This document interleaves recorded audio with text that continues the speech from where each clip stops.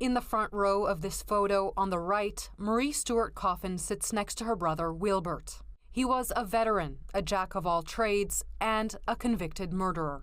On February 10, 1956, Wilbert Coffin was hanged at Montreal's Bordeaux prison.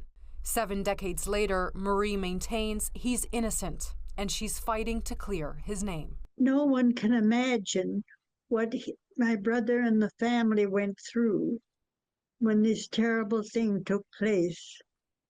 And why was something like that allowed to happen?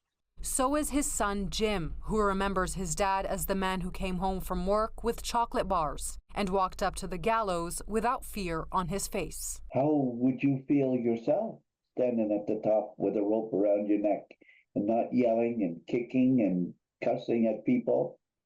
This is how strong this person was. That I hope I have his strength. Wilbert was executed for murdering one of 3 men from Pennsylvania bear hunting in the Gaspé Woods. His case went all the way to the Canadian Supreme Court, enduring several unsuccessful appeals and pleas for pardon.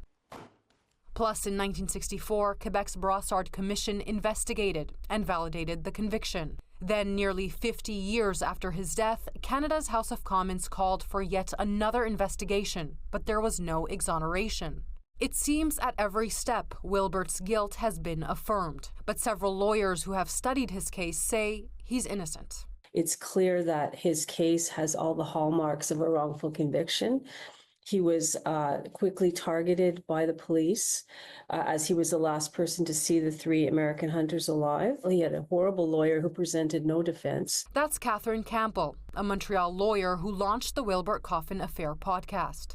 She says then Premier Maurice Duplessis could have used his political influence to quickly close the case and limit financial losses for the tourist trade. Anyone who knew him and knew the kind of person he was could see that he was a scapegoat for a political party that needed to really clean up this case quickly. But today, his family still has faith.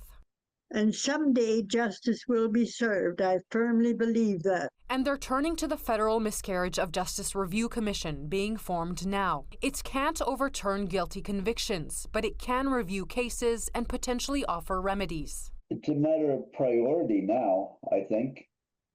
But 70-odd years, doesn't he get some sort of priority with the commission and everything? The Federal Justice Department couldn't say when it'll be up and running or which cases it'll start with. In the meantime, Wilbert's loved ones are holding on to hope that his reputation will be restored within their lifetimes.